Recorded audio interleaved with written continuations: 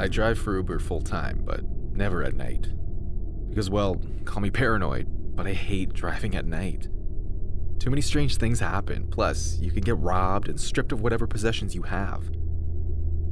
I've heard the stories. I've seen it happen to a lot of my pals. I also hear a lot of weird stuff happens when you drive at night in this city. But I don't want to believe it, and why should I? People will say anything just to spread a few rumors and get some people talking. I just mind my own business and do my job. But now it's different. I don't even care much about life anymore. I just recently got divorced and it took a lot from me. There is now a gaping hole in my heart, and I do not think I can fill it up. She was more than my wife. She was everything to me. And now she's gone and never coming back. The worst part is that I did not see this coming. I thought I was the perfect husband. I wish she had said something and didn't have to wait for me to catch her cheating. I still remember it every time I close my eyes. It was not a pretty sight. Somehow, I wish she was dead. At least that way, I know that she could never be with someone else, and she didn't just leave me for someone she thought was better. I drive most nights now, and I don't really care if I get robbed or something. She took everything from me. She took half of my money, half of the stuff at the house, and she took all of my heart along with her. A piece of me left with her, and I would never get it back. I live alone, and I have no friends. So when I'm on the road and meet a lot of strangers, that's as close to companionship as I can get. I was driving this particular night, just circling the block, even when it was past midnight. To be honest, I was driving this late because I didn't want to go home. I didn't want to be reminded of what I've lost. But what do you know? I got an order about 30 minutes from where I was. I glanced at the stopwatch on my dashboard. It was 1:30 a.m. Probably someone leaving a party and too drunk to drive back home. If there was anything I hated, it was driving drunk people.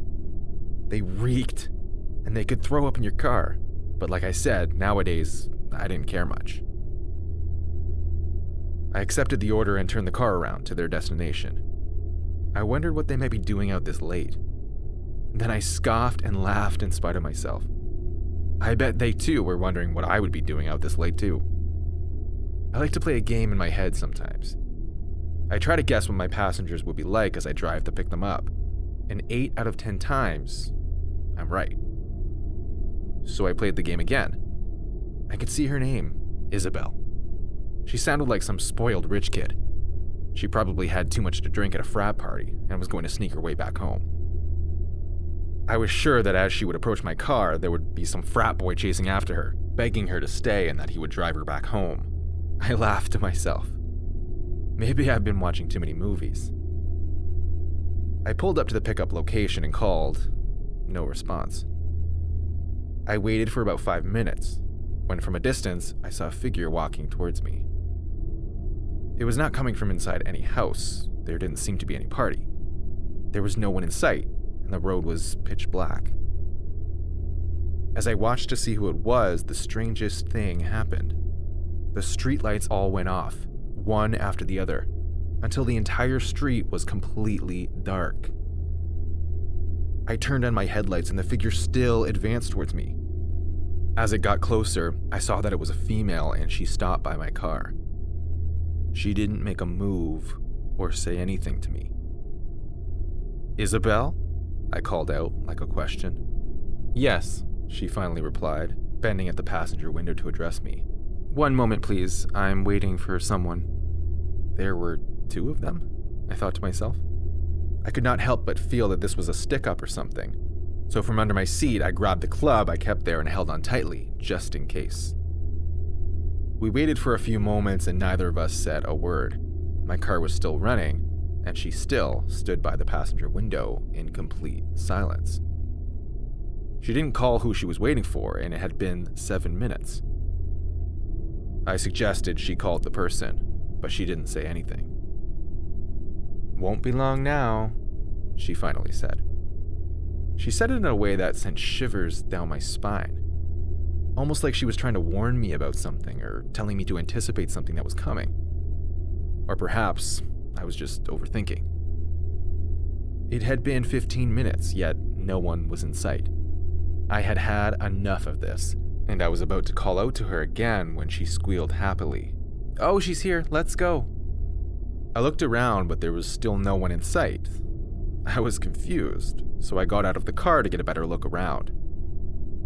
I could see her smiling towards the direction behind the car, almost like someone was walking towards her, but there was no one there. I asked where her friend was, but she didn't respond. She simply opened the car door as I stood dazed and more confused by the second. I got back into my car and got behind the wheel when another strange thing happened. She was still holding the door open when I heard light shuffling at the back seat of the car, and the car compressed a little bit, like someone had just sat in and the car was reacting to the weight. As that happened, the girl got into the car too and said, "We're ready." As you would imagine, I ran out of the car as fast as I could and blinked hard just to be sure I understood what was going on. Did she say, "we"? We? Was there someone else in the car? There was definitely someone else. I sensed a presence, and the car went down from the person's weight, but it was just the woman in the car. I could see no one else. I asked Isabel what was going on, and I told her that I didn't want any trouble. She simply laughed and asked that I get back into the car. She said it was just a prank, and she was playing a trick on me. She knows a little magic, she explained, and that was a magic trick. I wanted to ask her to explain how it happened, but I guess I was more relieved that it was not some voodoo crap.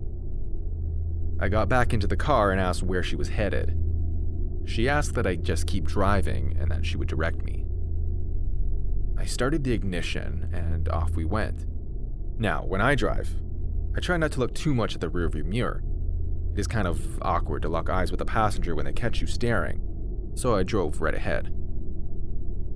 But as we drove, I began to hear whispers and giggles in the back. Maybe Isabel was on her phone or something, I thought, but I didn't care to look back. Eventually, I couldn't resist, and I took a look and found the strangest thing of the night. Isabel was leaning to the left with all of her weight, and it seemed like she was placing her head on the air, or someone else's shoulder. I stepped on the brakes as hard as I could right there in the middle of the road, got out of the car, and ran away as fast as I could. I didn't dare look back, but from behind me, I could hear Isabel calling me to come back, and if I was not mistaken, I could hear two voices. There were two voices, two people in that back seat, but I could see only one of them. Needless to say, that was the last time I drove at night. The very last.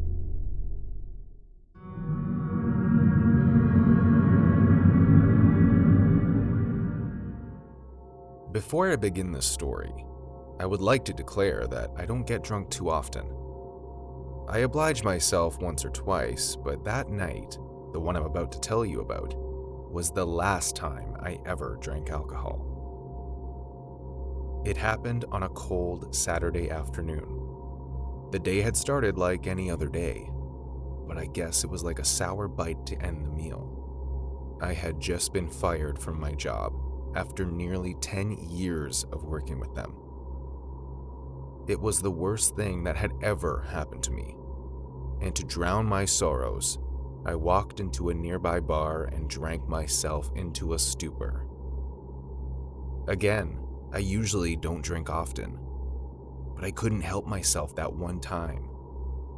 I spent hours and hours at the bar, taking shot after shot.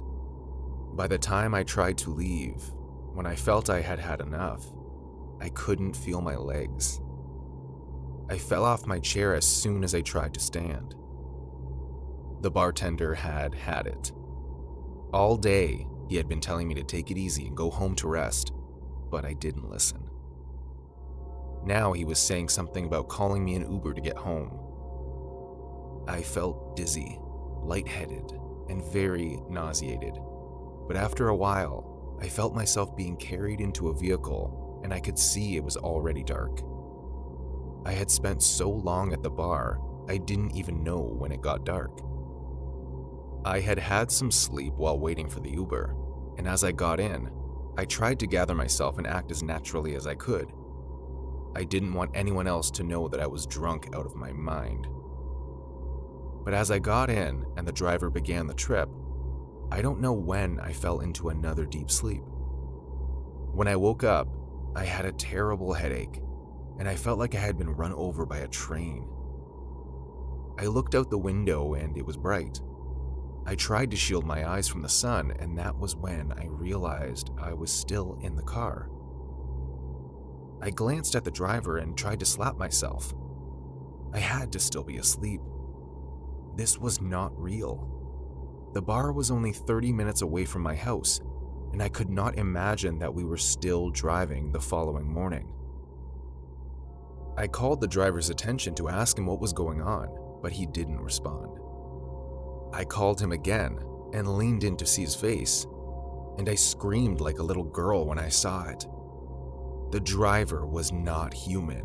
Well, not anymore. It was a skull tucked in a hoodie, and it turned its head to look at me. It was the creepiest thing I had ever come across in my life. I frantically opened the door and threw myself out of the car, rolling to the ground like a ball. I sustained a few bruises and found that I was in another city.